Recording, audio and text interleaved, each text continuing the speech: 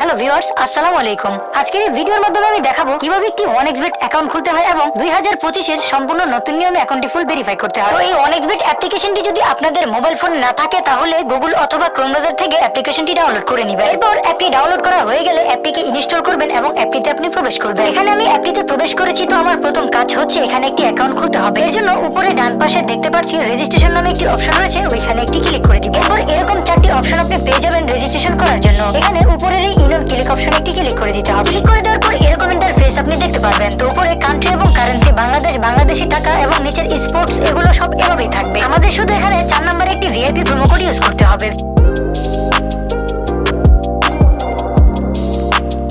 আমাদের এই প্রোমো কোডটি ইউজ করার ফলে ফার্স্ট ডিপোজিটে পেয়ে যাবেন 200% ক্যাশব্যাক বোনাস এবং প্রথম ডিপোজিটে পেয়ে যেতে পারেন 25,000 টাকার মতো বোনাস। প্রোমো কোডটি বসানো হয়ে গেলে নিচে দেখতে পাচ্ছেন একটি কন্ডিশন রয়েছে, ওইখানে একটি ক্লিক করে দিব এবং নিচের এই রেজিস্টার্ড অপশনে আরেকটি ক্লিক করে দিতে হবে। এরপর এরকম ক্যাপচার ভেরিফিকেশন আপনার সামনে চলে আসবে, তো এটি সম্পূর্ণভাবে আপনি করে নেবেন। এরপর দেখতে পারবেন আপনাকে ইউজার আইডি এবং পাসওয়ার্ড দিয়ে দেওয়া হয়েছে। ভিউয়ার্স, এটি কিন্তু খুবই গুরুত্বপূর্ণ, তো এটিকে আমরা একটি স্ক্রিনশট দিয়ে রাখবো এবং যদি পারি এটিকে আমরা কাগজে কোথাও নোট করে রাখবো। সবকিছু কমপ্লিট হয়ে যাওয়ার পর নিচের এই নেক্সট অপশনে একটি ক্লিক করে দিব। এরপর দেখতে পারবেন আপনার ID pass auto fill up হয়ে আপনাকে 1xBet হোম পেজে নিয়ে আসা হয়েছে। তো ভিউয়ার্স, আমাদের কিন্তু অ্যাকাউন্ট খোলা হয়ে গেছে। এখন আমি দেখাবো কিভাবে আপনাদের ন্যাশনাল আইডি কার্ড দিয়ে আপনাদের অ্যাকাউন্টটি ফুল ভেরিফাই করবেন। এর জন্য দেখতে পাচ্ছেন নিচে একটি মেনু অপশন রয়েছে, ওইখানে একটি ক্লিক করে দেবো এবং উপরে দেখতে পাচ্ছেন পার্সোনাল প্রোফাইল নামে আরেকটি অপশন রয়েছে, ওইখানে আরেকটি ক্লিক করে দিব। এরপর এখানে দেখতে পাচ্ছেন ইন্টার ডিটেইলস নামে আরেকটি অপশন রয়েছে, ওইখানে একটি ক্লিক করে দিব। এরপর আপনার সামনে এরকম একটি পেজ চলে আসবে। তো ভিউয়ার্স, আপনার ন্যাশনাল আইডি কার্ড ডকুমেন্ট অনুযায়ী এই শূন্যস্থানগুলো ফুল ফিল আপ করে দিতে হবে। এর জন্য আমি প্রথমে আমার ফার্স্ট নেম এবং লাস্ট নেম দুটোটা দিয়ে দিচ্ছি। আপনাদের যদি মিডল নেম থাকে তাহলে দিবেন, আর যদি না দেন তাতে কোনো প্রবলেম হবে না। এরপর ডেট অফ বার্থের জায়গায় আপনি আপনার জন্ম তারিখটি এখানে বসিয়ে দিবেন। আমি আমারটা এখানে সিলেক্ট করে দিচ্ছি। প্লেস অফ বার্থের জায়গায় আপনি যেখানে জন্মগ্রহণ করেছেন সেই জায়গার ঠিকানাটি এখানে লিখে দিবেন। এরপর হচ্ছে রিজন। ভিউয়ার্স, এখানে রিজনে আমরা ঢাকা সিলেক্ট করে দিব।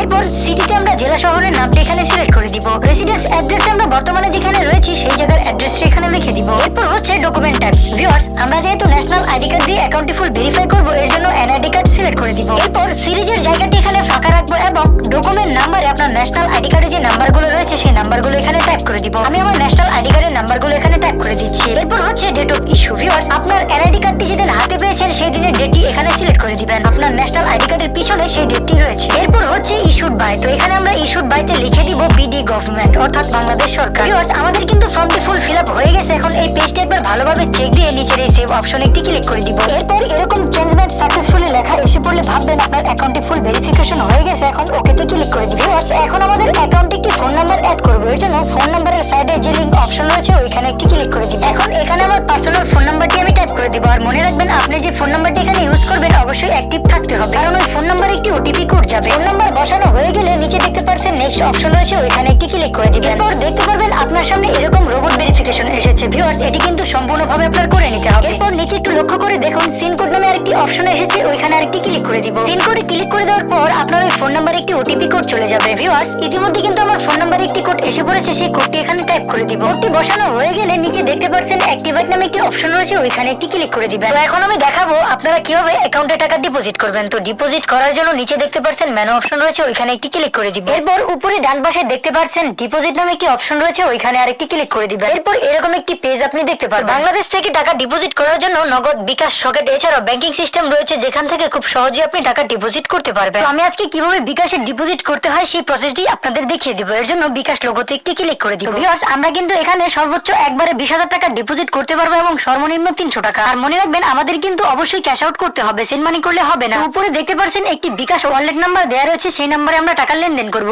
এখানে ক্লিক করে নাম্বারটা কপি করে নিব। এরপর নাম্বারটি কপি করা হয়ে গেলে সরাসরি আমরা চলে যাব বিকাশ অ্যাপসে। ভিউয়ার্স, আমি কিন্তু বিকাশ থেকে এই নাম্বারে 1000 টাকা ক্যাশ আউট করে দিয়েছি এবং আমাকে এইরকম একটি ট্রানজাকশন আইডি দেওয়া হয়েছে। ভিউয়ার্স, এই আইডিটি কপি করে আমরা এই যে এই বক্সে নিচের এই বক্সে পেস্ট করে দিব এবং যে নাম্বার থেকে টাকাগুলো পাঠিয়েছি সেই নাম্বারটি উপরের এই বক্সে আমরা বসিয়ে দিব। এরপর নিচের এই কনফার্ম অপশনে ক্লিক করে দিলেই 5 মিনিটের ভিতরে আপনার টাকাটা ডিপোজিট করা হয়ে যাবে।